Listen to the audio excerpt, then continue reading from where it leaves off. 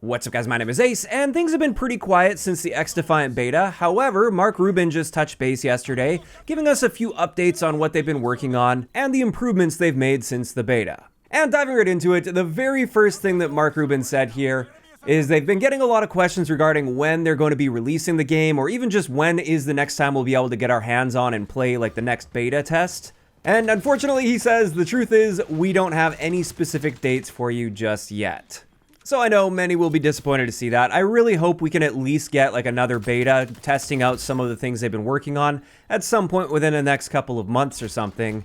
But when it comes to the full release of the game, if they don't have a date set in stone by now, it's likely not going to be for a good handful of months at the very least.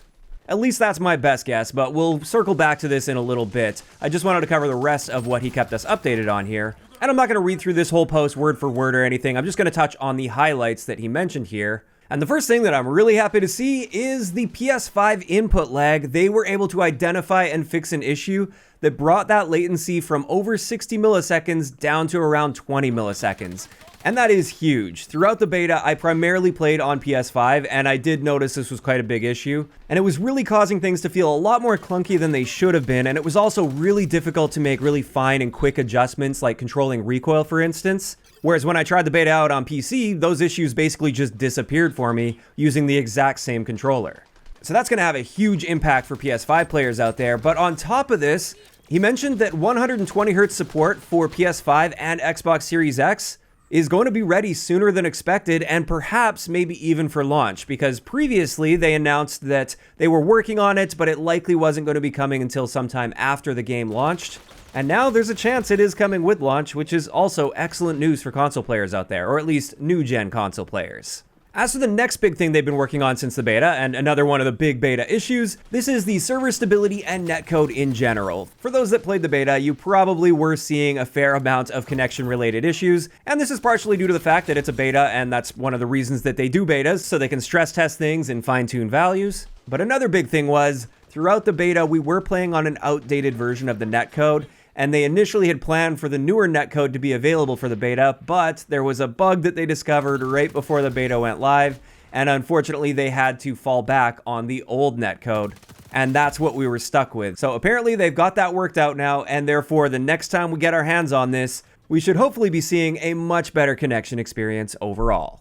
And with that, that does wrap it up for the update that we got yesterday from Mark Rubin, and that is nice to see. Some of the biggest issues throughout the beta seem to be improving quite a bit already, and that's excellent to see. Now there's just a few other things I wanted to talk about, mainly in relation to what kind of release window we could perhaps be expecting. Or at the very least, when we could maybe get our hands on the next beta of this game. And the first thing I want to point out here is a little bit of news that was actually released earlier this week. And this is coming from Stefan Totillo, who's with Axios. And with this, he says that Ubisoft has said it'll release Assassin's Creed Mirage, Avatar, Rainbow Six Mobile, Division Resurgence, Skull and Bones, The Crew Motorfest, XDefiant, and another large game by the end of March 2024. So according to Ubisoft, we can at least expect XDefiant at some point before March of next year, but obviously that's still a pretty big window between now and then. And like I said, if they don't have a release date set in stone right now, I doubt we're going to be seeing it within the next like 2 to 3 months, at least for the full release of the game.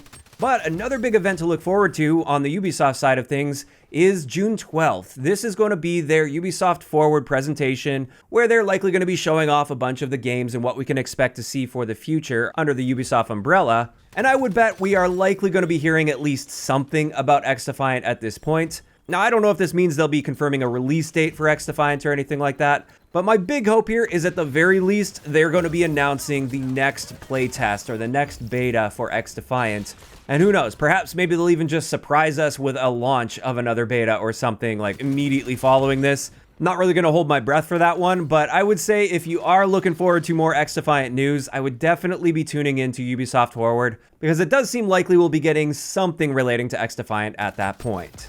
And when it comes to my thoughts on this, I definitely want to see another beta test before they just drop the game out of nowhere. While the first beta was a lot of fun and really showed a lot of the potential of the game, it was also very flawed in many ways and not quite finished yet. There was a lot of technical issues that need to be worked out. And I'd love to see another test after they work out many of these technical issues, so then that next test could be really focused more on fine-tuning things, especially with like balancing things, so that when the game eventually does launch, it will launch in a much more completed state, instead of the typical launch broken and fix it several months down the road mentality that many other games have been using for the past handful of years. As much as I'm excited for and kind of chomping at the bit to get my hands on XDefiant, like the full game, I also think it is best to make sure that it's in a solid, completed state before launching, so it's not an immediate flop. Because when games launch in a broken state, it's really hard to recover from that several months down the road, and it will lose basically all its momentum. So I'm willing to be patient here. It looks like we'll at least be expecting it before March of next year, although I am hoping it's going to be significantly sooner than that. But I am curious to see if they are going to be launching it like side by side with Call of Duty. That probably wouldn't be the greatest move, in my opinion at least. Hopefully we can get our hands on the next beta test at some point throughout the summer this year. And with that, I'm just curious to hear from you guys about all of this in those comments down below. What are your current thoughts on XDefiant? When do you think we'll be seeing the next beta test? And when do you think would be the best time to be launching this game? Just let me know all of those thoughts down below. If you enjoyed the video, a like rating is always appreciated. And don't forget to subscribe for more if you haven't already. I'll talk to you guys next time.